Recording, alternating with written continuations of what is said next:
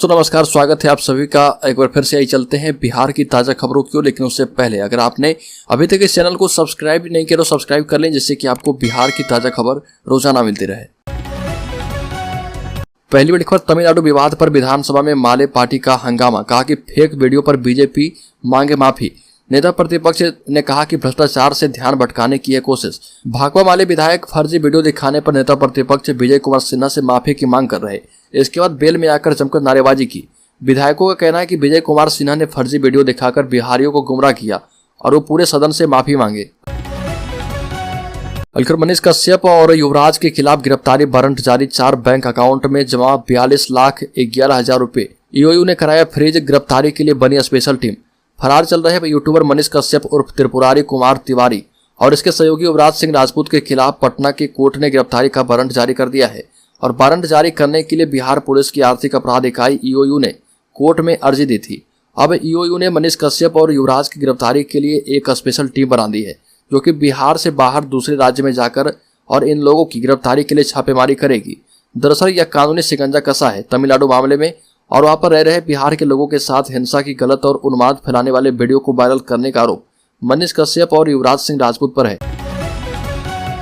राज्य के भोजपुर जिले में 74 नेताओं ने छोड़ा जेडीयू का दामन। प्रदेश और जिला कमेटी के सदस्य जल्द हो सकते हैं उपेंद्र कुशवाहा की पार्टी में शामिल। जनता दल यूनाइटेड में इस्तीफे का सिलसिला लगातार जारी है और आरा शहर में प्रदेश कमेटी के और जिला कमेटी के सक्रिय कार्यकर्ताओं और नेताओं ने जनता दल यूनाइटेड से खुद को अलग कर लिया। इसमें करीब 74 कार्यकर्ताओं ने जदयू का दामन छोड़ दिया है। इसकी जानकारी बिहार प्रदेश जनता दल यूनाइटेड के सक्रिय कार्यकर्ताओं ने प्रेस कॉन्फ्रेंस करके दी है और ये सभी 74 कार्यकर्ताओं ने जदयू और नीतीश कुमार से खुद को अलग बताया। लैंड फॉर जॉब स्कैम में लालू राबड़ी देवी को और बेटी को जमानत मिल चुकी है। लालू व्हील चेयर पर कोर्ट पहुंचे थे। सीबीआई ने बेल का विरोध नहीं किया। रेलवे में लैंड फॉर जॉब यानी जमीन के बदले नौकरी देने के कथित भ्रष्टाचार के केस में लालू परिवार को बड़ी राहत मिली है। आरजेडी सुप्रीमो लालू प्रसाद यादव, पत्नी राबड़ी देवी और बेटी मीसा भारती को जमानत मिल गई है। दिल्ली की राउज एवेन्यू कोर्ट ने 50,000 के निजी मुचलके पर तीनों को जमानत दी है। इस मामले में अब 29 मार्च को अगली सुनवाई होगी। राज्य के उप मुख्यमंत्री तेजस्वी यादव ने कहा कि कथित लैंड फॉर जॉब स्कैम के वक्त में नाबालिग था। तेजस्वी यादव ने कहा कि परेशान किया जा रहा सीबीआई के समन के खिलाफ दिल्ली हाईकोर्ट में सुनवाई हो रही है। लैंड फॉर जॉब स्कैम मामले में बिहार के उप मुख्यमंत्री तेजस्वी यादव को सीबीआई 3 बार समन भेज चुकी है। ऐसे में अब तेजस्वी यादव सीबीआई के समन के खिलाफ दिल्ली हाईकोर्ट पहुंचे हैं। उनकी याचिका पर न्यायमूर्ति दिनेश कुमार शर्मा की कोर्ट में सुनवाई होगी। तेजस्वी यादव ने याचिका में अपने पक्ष में तर्क देते हुए कहा कि सीआरपीसी की धारा 160 के उल्लंघन में उन्हें परेशान करने की नीयत से नोटिस जारी किया गया है। वो तो कथित अपराध के समय नाबालिग थे। आपको बता दें कि 3 नोटिस अभी तक सीबीआई जारी कर चुकी है और सीबीआई ने आरोप लगाया है कि रेलवे में की गई भर्तियां रेलवे के मानकों के दिशा निर्देश के अनुरूप नहीं की गई थी। बिहार में स्वाइन फ्लू की दस्तक। अब तक 2 केस मिले हैं। 4 साल की बच्ची के बाद 47 साल का शख्स संक्रमित। पटना में स्वाइन फ्लू H1N1 का एक और मरीज मिला है। आरएमआरआई में 3 सैंपलों की जांच में एक 47 साल का व्यक्ति संक्रमित मिला है। आरएमआरआई सूत्रों का कहना है कि मरीज मेदांता अस्पताल से आया था और बच्ची के परिजन एम्स से यहां जांच कराने के लिए आए थे। इन्फ्लुएंजा का ही यह एक सब टाइप है। चिकित्सकों का कहना है कि स्वाइन फ्लू के लक्षण मिले तो जांच जरूर करा लें और इसके लक्षण कोरोना से मिलते हैं। इसमें भी सर्दी, खांसी, बुखार जैसे लक्षण मिलते हैं। बिहार में शराब पीने वालों की अब खैर नहीं, आधार के जरिए तुरंत हो जाएगी पहचान। एक बार से ज्यादा पीते पकड़े गए तो जाएंगे जेल। बिहार में अब शराब पीकर पकड़े गए शख्स के लिए उसका पहचान छुपाना मुश्किल हो जाएगा। उसने पहली बार शराब पी है या दूसरी बार, इस बात का पता तुरंत चल जाएगा। ऐसे लोगों की पहचान करने के लिए प्रशासन शराबियों का आधार नंबर दर्ज करके एक रिकॉर्ड तैयार कर रही है। अगर कोई व्यक्ति दूसरी बार शराब पीते हुए पकड़ा जाता है तो पहले उसके आधार सत्यापन का मिलान होगा और फिर संबंधित व्यक्ति को 1 वर्ष की सजा दी जाएगी। बिहार में 2 जजों पर हमला, गला दबाकर मारने की कोशिश। रोहतास में गालियां दी गई, मारपीट की गई। कहा कि कोई हमारा बाल भी बांका नहीं कर सकता। रोहतास के सासाराम व्यवहार न्यायालय में 2 जजों पर शाम को जानलेवा हमला हो गया। गाड़ी खड़ी करने को लेकर बाइक सवार 2 लोगों ने दोनों जज के साथ गाली गलौज की। इसके साथ ही मारपीट भी की गई। इतना ही नहीं, उनका गला दबाकर हत्या करने की कोशिश की गई। इसके बाद बदमाशों ने जजों से कहा कि इसके पहले भी एक जज के साथ हमने ऐसा ही किया था, कोई हमारा बाल भी बांका नहीं कर पाया था। दोनों जजों ने इस मामले में थाने में केस दर्ज कराया है। इस केस में अब तक 2 लोगों की गिरफ्तारी हुई है। राज्य के बक्सर जिले में कम मानदेय व मांगों को लेकर कलछुल एवं बेलन के साथ सड़कों पर उतरी रसोइया। राष्ट्रीय मध्याह्न भोजन रसोइया फ्रंट के तत्वाधान में संगठन के संस्थापक सह राष्ट्रीय महासचिव रामकृपाल के नेतृत्व में प्रधानमंत्री पोषण योजना के अंतर्गत प्राथमिक एवं मध्य विद्यालय में कार्य कर रहे रसोइया का 15 सूत्री मांग को लेकर 1 दिवसीय धरना दिया गया और प्रदर्शन के दौरान रसोइया ने जमकर सरकार विरोधी नारे लगाए। रसोइयों में काफी आक्रोश और शासन प्रशासन के प्रति काफी गुस्सा था। प्रोटेस्ट के दौरान रसोइयों के हाथों में छनापटा, छोलनी, कलछुल एवं खाना बनाने वाले बर्तन लेकर रसोइया नारा लगा रही थी। 1-2 में दम नहीं, 10,000 से कम नहीं।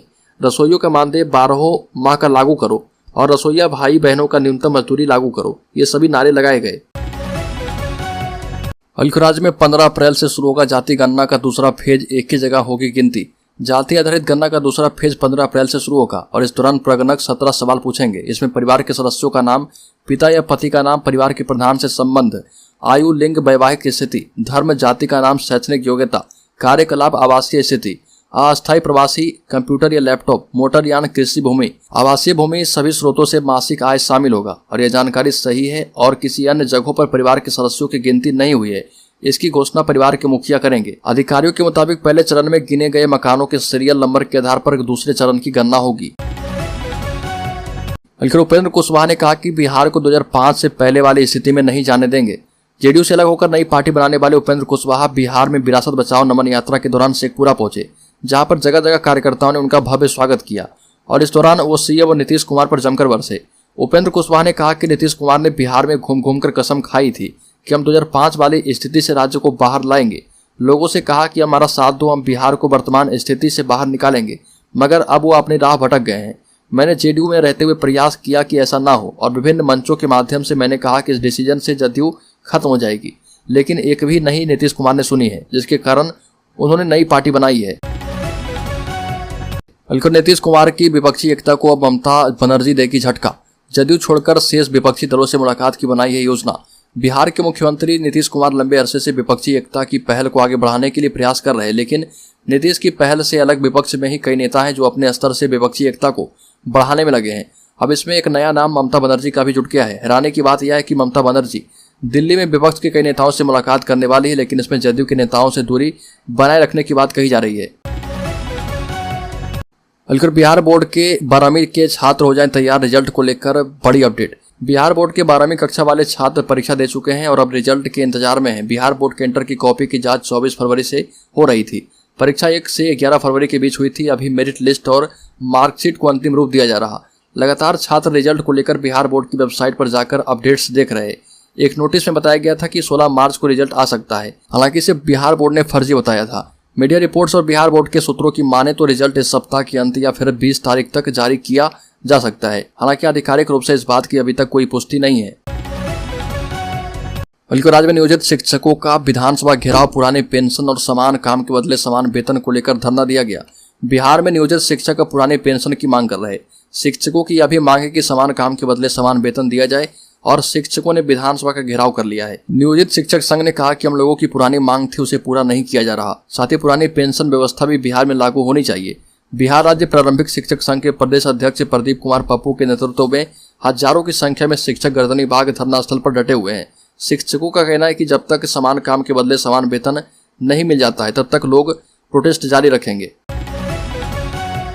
बिहार की राजधानी पटना से ट्रिपल तलाक का मामला सामने आया है। फुलवारी शरीफ इलाके में अलवा कॉलोनी की रहने वाली एक महिला को उसके पति ने फोन पर ही 3 तलाक दे दिया। महिला का आरोप है कि उसने अपने शौहर से फोन पर घर खर्च चलाने के लिए पैसे मांगे थे। इस पर वह भड़क गया और फोन पर ही 3 बार तलाक कह दिया। पीड़िता ने महकौल थाना में इसकी शिकायत दर्ज कराई है। महिला की 24 साल पहले कोइलवर की पठान टोली के फिरोज आलम से शादी हुई थी और उसने पुलिस को बताया कि वह अपने पति से फोन पर बात कर रही थी। बातचीत के दौरान उसने कहा कि उसे परिवार चलाने का खर्च दीजिए। इसी पर बच्चे के सामने ही उसके पिता ने 3 बार तलाक कह दिया। बिहार के लखीसराय जिला पहुंचे राष्ट्रीय लोक जनता दल के अध्यक्ष उपेंद्र कुशवाहा ने विधानसभा में लड्डू को लेकर हुए हंगामे पर कहा कि जो कुछ भी विधानसभा में हो रहा वो ठीक नहीं है।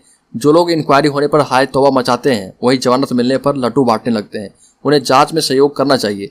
विधानसभा कोई नाटक की जगह नहीं है, ये सभी विधायकों को समझना होगा। उपेंद्र कुशवाहा ने कहा कि कानून अपने हिसाब से काम करती है, लेकिन हाय तौबा तब लोग मचाने लगते हैं जब इंक्वायरी की बात होती है।